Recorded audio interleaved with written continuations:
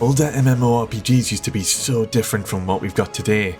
So much worse in some ways, like losing 10% of your experience points and de-leveling your character on death.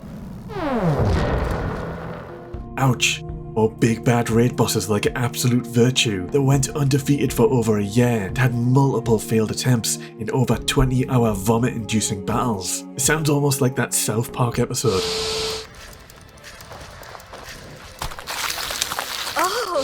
But these older MMORPGs could also be better in some ways. Developers used to focus a lot more on the massively multiplayer part of an MMO. A lot of MMORPGs these days play more like single player games for the most part. And they're great, but deep down I miss the different type of experience I got with the older games.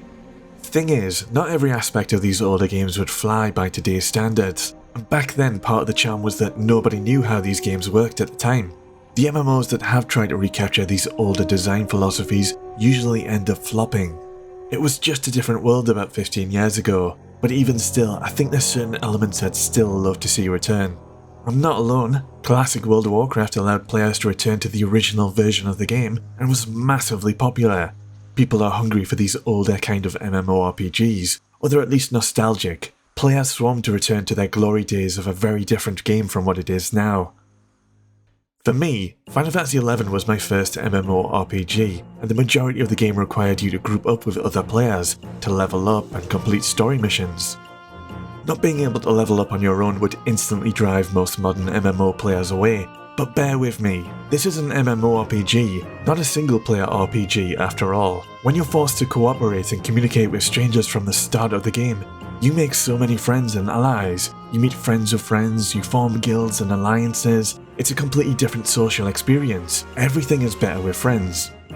This core communication or social aspect is missing for the most part from modern day games. You steam through the game alone, and on the occasion you need other players for things like dungeons and raids. It's an automated experience. You're auto-grouped with other players, and the content is designed to be easy and clearable without the need for any communication between strangers. This means modern games are more convenient at the cost of that core social experience. I feel like early World of Warcraft was a good middle ground. You could totally reach endgame alone, but it was quite a bit of effort, and you were incentivized to communicate and group up with other nearby players through occasional group quests and dungeons with really nice rewards that make a difference.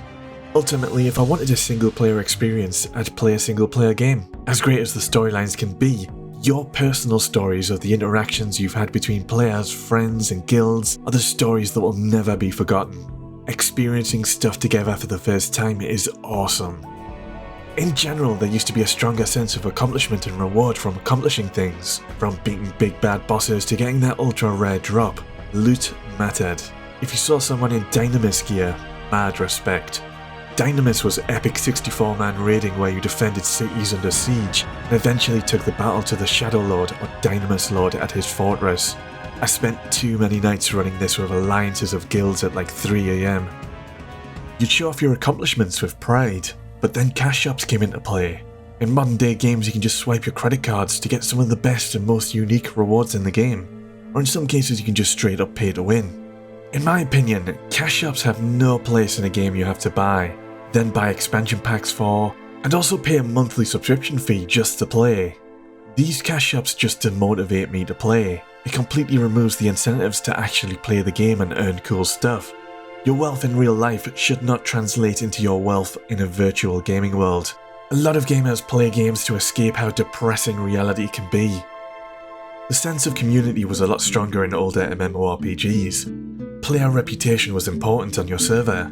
Whether they're a good guy or a known troll. Alright, chums up. Ready, guys? Let's do this. Leroy Dragons! Oh my god, he just ran in. You'd recognise the same players out in the world or battlegrounds day after day, week after week. I'd say Final Fantasy XIV still does a decent job of this today, thanks to its player housing rewards. But back in the old days, nobody knew how to play MMOs. People were clueless and naive, but because they were clueless, they were also a lot more friendly and cooperative. One way to recreate this sense of community is to design an all-new kind of MMORPG that successfully evolves the genre so that we become noobs again. But most new MMOs are very formulaic and never push the genre forward. In some ways, MMOs have even stepped backwards. like how these massively multiplayer games have become single-player focused. A lot of MMORPGs these days are all about racing to endgame or max level as soon as possible. At endgame you often start the more challenging group content like raid bosses, but why can't the journey to endgame also present challenges and trials? Smaller scale raid bosses or challenges for each class? I really liked how Summoner in Final Fantasy XI had to solo pretty tough trial fights to unlock each of their summoned pets. Or you had group-based quests to unlock each of your class's artifact armor. Hell, Final Fantasy XI even had regular limit break challenges which you had to complete in order to raise your level cap. And I can remember storming the mountains with an alliance of like-minded players working together to raise our level caps. And these are some of the players I later ended up doing massive raids with. The journey to max level can be the best part of MMOs, but these days players can swipe their credit cards to just skip the entire process of leveling up, pay-to-win style. It's ridiculous, these level boosts can cost more than the game itself, and it just blows my mind that this is what gaming has become, and this is the accepted normal.